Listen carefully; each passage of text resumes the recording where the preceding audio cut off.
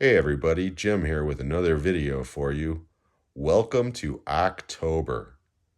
This is the first in a series of videos this month that are all going to be horror related. And today we're going to do something completely different. We've never done this before. This is Jim's movie channel. And today we're going to be talking about TV shows. But before we begin, at the end of this video, if you like what you see, please consider giving me a thumbs up, a possible subscribe, but most importantly, leave comments below. Let me know how you feel about this video. Let me know about some of your favorite TV shows from the horror realm. Now, like I said, I've never really talked about TV properties that much on my channel, unless it was like a TV movie along the lines of Duel or a couple of other exceptions that will be included on this video. But like I said, I wanted to do a lot of horror content this month. And I figured this would be a really good way to start the month. And we're going to talk about some of the horror properties that have appeared on the small screen as opposed to the big screen. And this is nothing new. This started way back when with shows like The Twilight Zone, One Step Beyond, The Outer Limits, and one of my favorites from when I was a very, very small child, Kolchak, The Night Stalker. That original TV show or TV movie with Darren McGavin against the vampire in Vegas terrified me when it premiered on ABC. I think I was about 6 years old at the time. But anyways, I figured that I would just highlight some of the TV shows that I have in my collection that are horror related. And we're going to start off with probably my favorite of all of them. And that is Tales from the Crypt. This premiered on HBO in 1989, and it ran for 7 seasons through 1996. The brains behind the show were Robert Zemeckis and Walter Hill and a couple of other bigwigs in Hollywood. But these were all based on old comics from the 50s and 60s. And my God, everybody and their brother in Hollywood appeared on this show at some point. This is awesome. Not every episode is great. I mean, there are some duds. You got 7 seasons, so of course there's going to be some duds in there. But when this show shines, it shines bright. I mean, so bright. It was so good it even inspired 2 theatrical films, Demon Knight and Bordello of Blood. Love Demon Knight, can't stand Bordello of Blood, but this TV show is one of the best. If you've never checked into Tales from the Crypt, do yourself a favor. Either check it out on streaming, or you could still get this box set here in the States somewhere. I got this on eBay for about $30-40 about a year ago. But yeah, absolutely love Tales from the Crypt. Then we've got a show from Showtime called Penny Dreadful. This ran for 3 seasons, and it starred Timothy Dalton, Josh Hartnett, and the beautiful Ava Green. Followers of this channel know how I feel about Ava Green. She is absolutely stunningly beautiful, and she's an extremely talented actress. This is like an alternate universe where Van Helsing, Dr. Frankenstein and his monster, the Wolfman, and Dorian Gray and other very, very historically significant horror figures all converge in one location and have storylines that run throughout. Again, this show was kind of uneven, but the talent involved was phenomenal. And again, I really enjoy Penny Dreadful. This, like I said, was originally on Showtime. I'm pretty sure it's still streaming somewhere. Speaking of Showtime, probably the best TV show they ever produced, Dexter. The first 4 seasons of Dexter are among the best TV ever. And I'm not being hyperbolic. That is a true statement. The first 4 seasons of Dexter are absolutely incredible. Michael C. Hall plays the main character. And the twist on this is that he is a serial killer who kills serial killers, and he works for the police department as a blood expert in the forensics department. Dexter is absolutely brilliant. If you've never checked it out, what are you waiting for? It's great. We're going to switch over and go to a couple of vampire properties. The first, from HBO, was True Blood. Now, True Blood was a very uneven show for me. Alexander Skarsgård, Anna Paquin, a bunch of people in this TV show.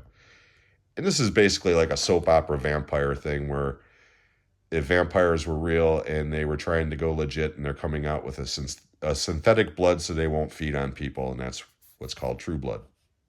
And again, this show started off really good. I mean, but as the years went on, it got goofier and goofier and goofier to the point where, like some of these series, I love the first part, could care less about what happened after that. But True Blood is entertaining. But this vampire show is on a different level. And unfortunately, not enough people have seen it. And it's called The Strain. This ran on FX for 4 seasons. And the brain trust behind this are Guillermo del Toro and Chuck Hogan. And they wrote a series of novels that this TV show are direct adaptations of. If you like Blade 2, which Guillermo del Toro also directed, but the vampire styles in Blade 2, you'll love The Strain. This is one of the creepiest damn shows I have ever seen, and it is awesome. It is incredibly awesome. I can't stress enough. If you've never seen The Strain, check it out. Give it a chance. It is incredible. But undoubtedly, the biggest horror property in the last 20 years as far as television goes is The Walking Dead. Based on a comic book series, originally shepherded by Frank Darabont, although he totally got screwed. But he made an awful lot of money off of AMC in the process, so, I guess it's all good. But The Walking Dead, again, like a lot of these shows, the first 4 or 5 seasons are incredible. Must-see TV. And then it kind of jumped the rails. And quite honestly, I don't own all the seasons. I gave up on The Walking Dead right after they killed Glenn and Abraham. And I knew that was coming. It was the way that they did it that it just left a sour taste in my mouth. And I just didn't have the heart to watch it anymore. And I really haven't watched any of the spinoffs either. But again, The Walking Dead was an absolute ratings juggernaut. Speaking of spinoffs, I do own the first season of Fear the Walking Dead. This was actually gifted to me. And I did watch it, and I enjoyed it, but not enough to really keep up with the show. And I know this show didn't quite have the following that the original flagship show did, but I did hear good things about it. And eventually I probably will get around to watching it, but it is what it is. But this show is probably the most entertaining out of the bunch. My God, I love Ash vs. Evil Dead. This is the spinoff of the first 3 Evil Dead movies with Bruce Campbell starring in the title role as Ash. This was a TV series on Starz, and it was on for 3 seasons. I really wish it would have gotten a 4th season. But my God, this show is fun. I mean, it is just so much fun. It's got all the goriness of the Evil Dead movies, all of the humor of the last couple of Evil Dead movies. But Bruce Campbell, this is just like chef's kiss. He is so incredibly good on this show. Ash vs. Evil Dead is a lot of fun. We're going to close out with some Stephen King properties. First, we're going to go to a mini-series, I guess you would call it. Nightmares and Dreamscapes. This originally appeared on, I believe, TNT way back in the 90s. And it's a series of episodes. Every episode is based on a short story from either the Night Shift or the Nightmares and Dreamscapes collections. There's like 10 of them in here. And quite frankly, only about 2 of them are any good. There's 8 of them in there. So 25% of these episodes are good. The rest are okay to bad. The best, without a doubt, has William Hurt. It's called Battleground.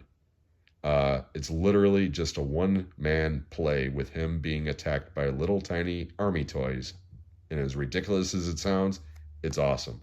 That is almost worth the price of admission. But unless you're a diehard Stephen King fan, pass on Nightmares and Dreamscapes. And then from Hulu, we've got Castle Rock. Now, technically, this is not a Stephen King property because it's not adapted from any of his actual books. However, it is in the Stephen King universe because longtime readers of Stephen King or even watchers of his movies will realize that most of his early works take place in a fictional town called Castle Rock. And, excuse me, the 2 seasons of the show are based on that location and has characters from different Stephen King books in the storylines. As a matter of fact, season 2 is Annie Wilkes, who was the character from Misery that Kathy Bates so memorably played. It's her origin story, basically, as a young woman. And in this case, she's played by Lizzie Kaplan, who does an incredible performance. She really is. She's great in it. Castle Rock is weird, but it's worth the watch. And then we've got It. This is my steelbook. This is the miniseries from 1990, I believe. Tim Curry, John Ritter, Tim Reed, Annette O'Toole, Richard Thomas. This miniseries traumatized an entire generation of kids. Now, I was in my 20s when I saw this, so it didn't scare me.